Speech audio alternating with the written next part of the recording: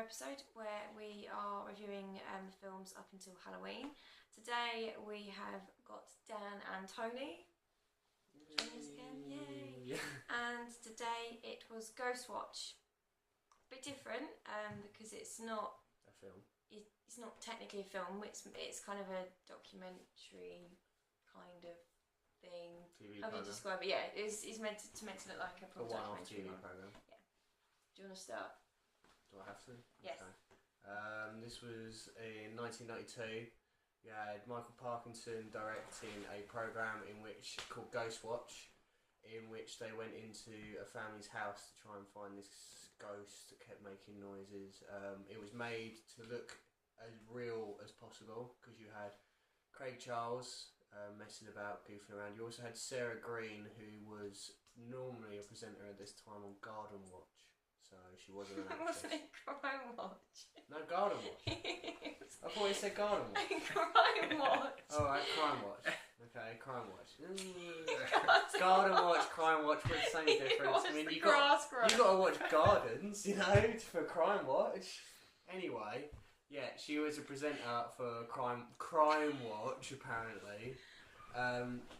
And they had phone lines for you to ring in. They had like little bits where they had an expert talking about ghosts. Will you stop laughing at that?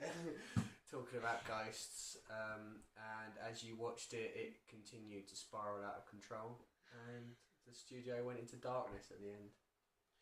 Let's hear what Tony thought of it. So. I thought it was a terrible documentary. Yeah. A documentary. Why was it terrible? It was just not a lot happened. Admittedly, some sort of stuff happened at the end, but it was only like 5 minutes of actual stuff happening. Someone was expecting bloodshed. I was expecting something a little bit We expect more. something a bit more obvious. Seeing as Michael, you got to remember Michael Parkinson was presenting this, so no one was going to die in it. No, it was meant to be for the BBC as well, so everything was going to. You've also got. Let's put it into context, okay? Right. Got to be back the year when I was born. In 1992, yeah, there's no Sky, there's no being able to rewind back or anything like that. Literally, people would have only known about it by looking through their TV guides. Yeah. In fact, I think at one point it said that the program was overrunning, so people would have been tuning in expecting to watch a different program. Yeah. All these people would have been calling in. It would have seemed like a completely real thing. I admit, if back then it probably was good, but I feel it's become very dated. I think it was definitely dated. Definitely. It's a bit dated. Like, I've watched this a couple of times, and watching it back, the children especially made me cringe because of the way they were trying to act. Suzanne, Suzanne in it reminded me of our very own Samantha if she was like 12. Do you not think, like, you know, when she was sitting there with all the scratches and she was doing the funny voice, it was like, that's Sam. That's Sam. The big brown eyes and the hair tied back and everything. I thought she did. I do have quite long hair if it's not been shown. Yeah, and it was kind of. She did remind me of you, actually. So. Ooh. I did look a bit like that when I was younger. Exactly. See, I don't mean now, obviously. Maybe it was you. Yeah, maybe it was. You just suppressed it. No, she'd have only been 5 or 6 at the time. Yeah, 1992. Yeah.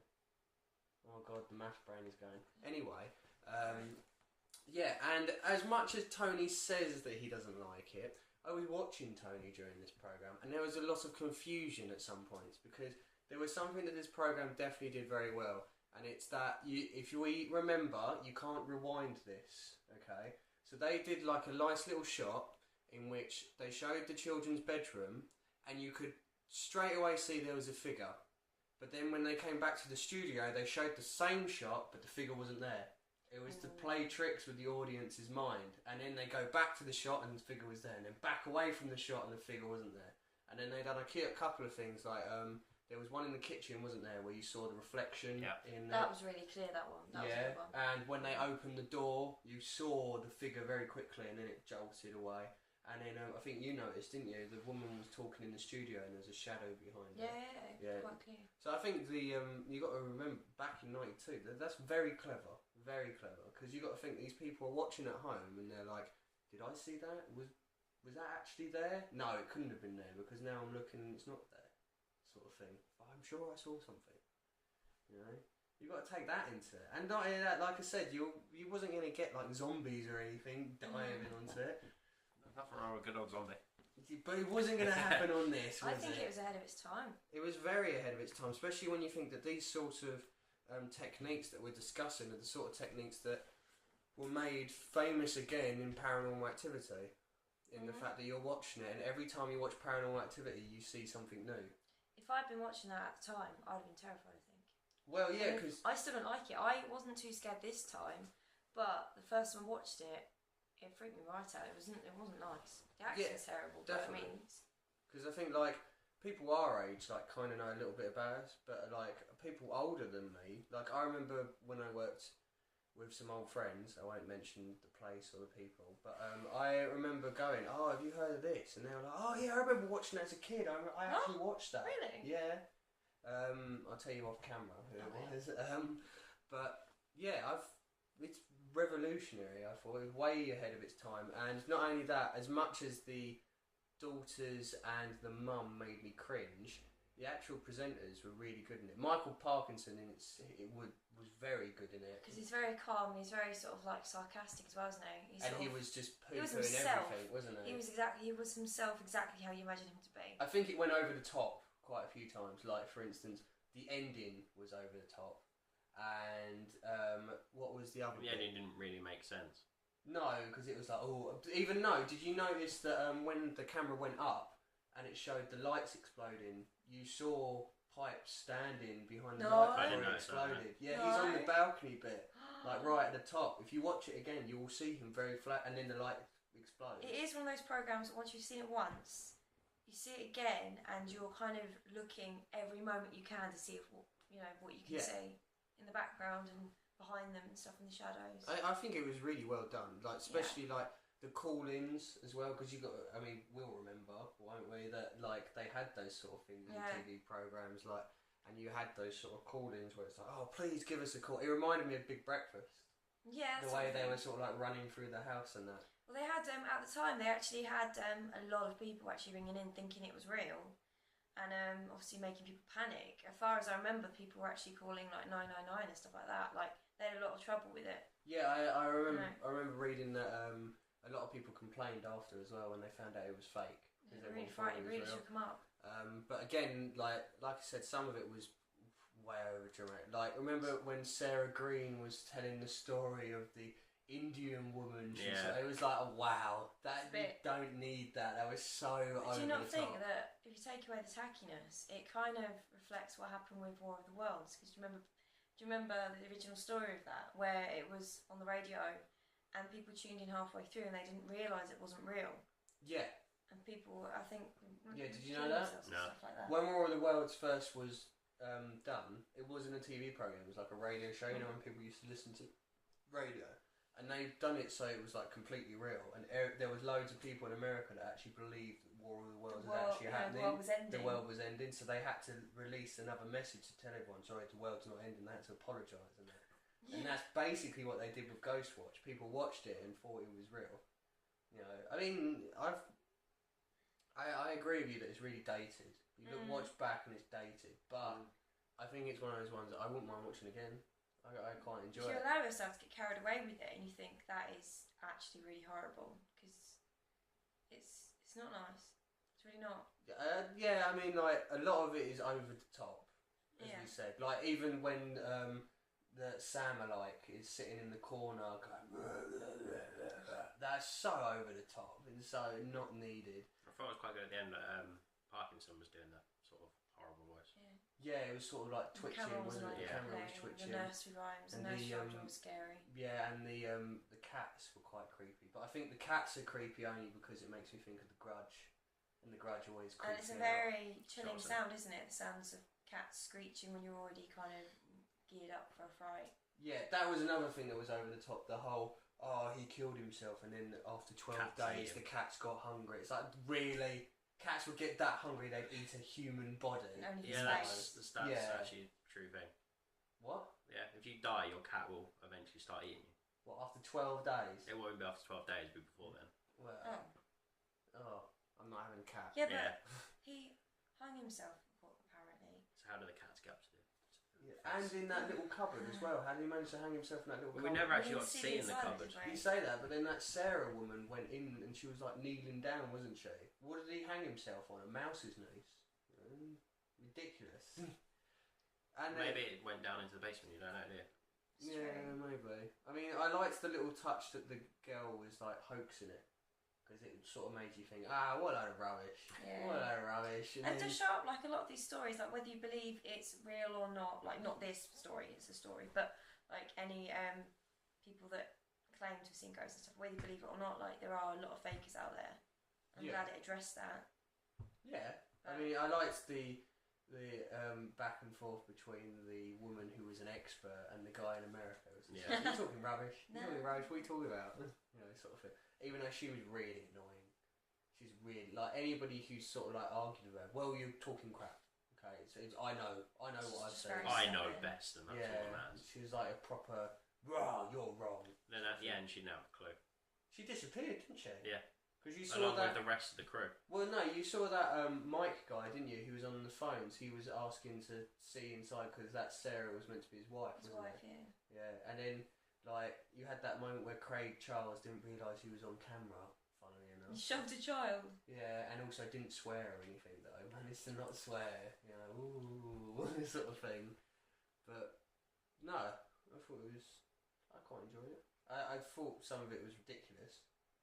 It was, but then you've got to expect it. It's 1992, and it's like it's the sort of acting that you expect. You know, when you used to have to watch those stuff for school.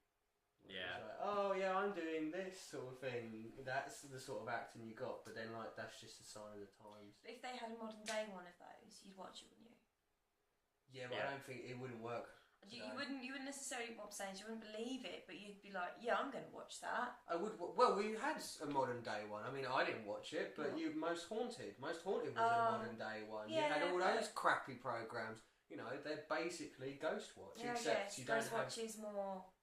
Well, no, I guess I mean, there wasn't a studio or anything.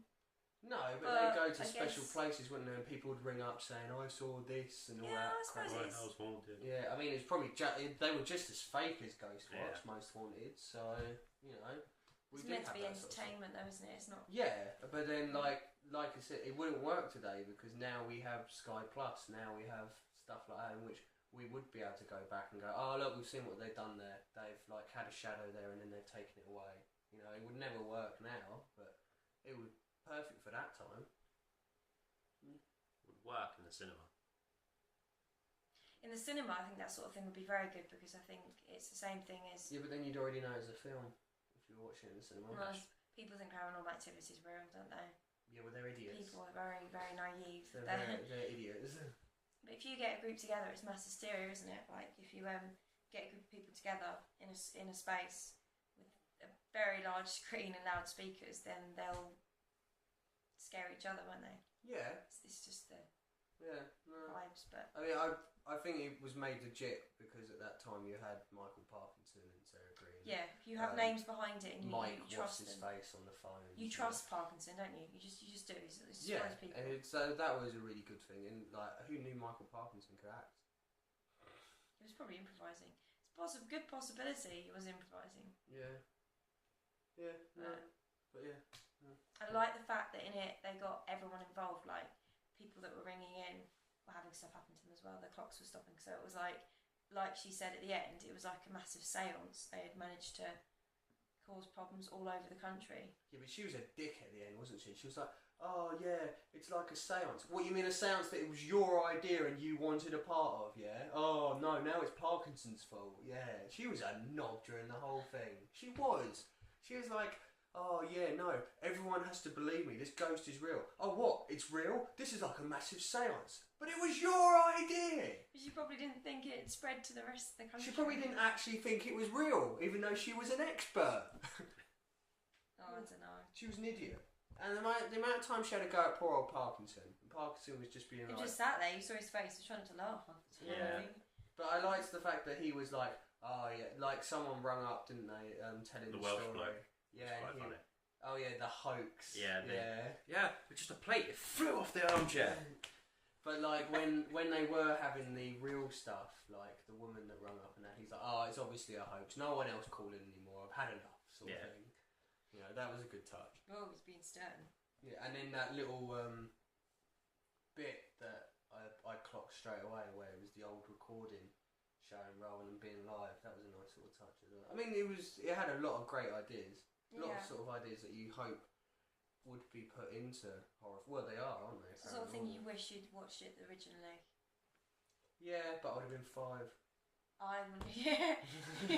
You may have needed help. Yeah. Afterwards. I would have been 5. So. Like 6 months. Probably not even that. Probably not now. But he's the baby. He's a baby.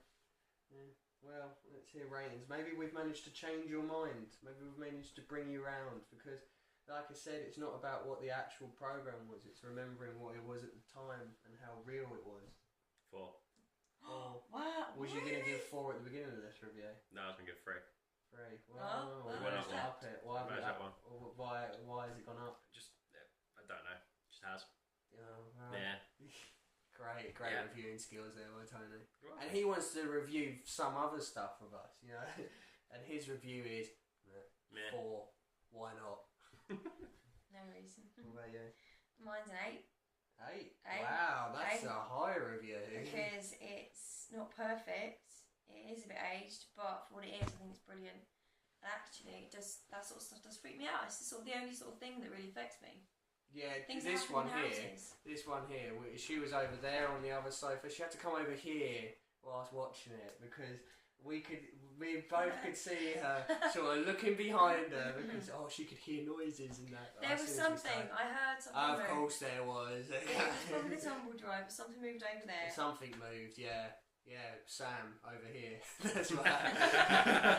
Yeah, right. Well, it's like the only sort of horror that really sort of seems to bother me is like house horror. I don't really like the idea of it because it could be very real. Anyway, what's your rating? My rating, Yeah. I'll give it a 6. It's a little lower than yours, a lot higher. It's in the middle, actually. In the middle, yeah. I give it a 6 because whereas you're right, you know, there was some good bits to it. There was a lot of stuff that you see in paranormal now, and it felt real.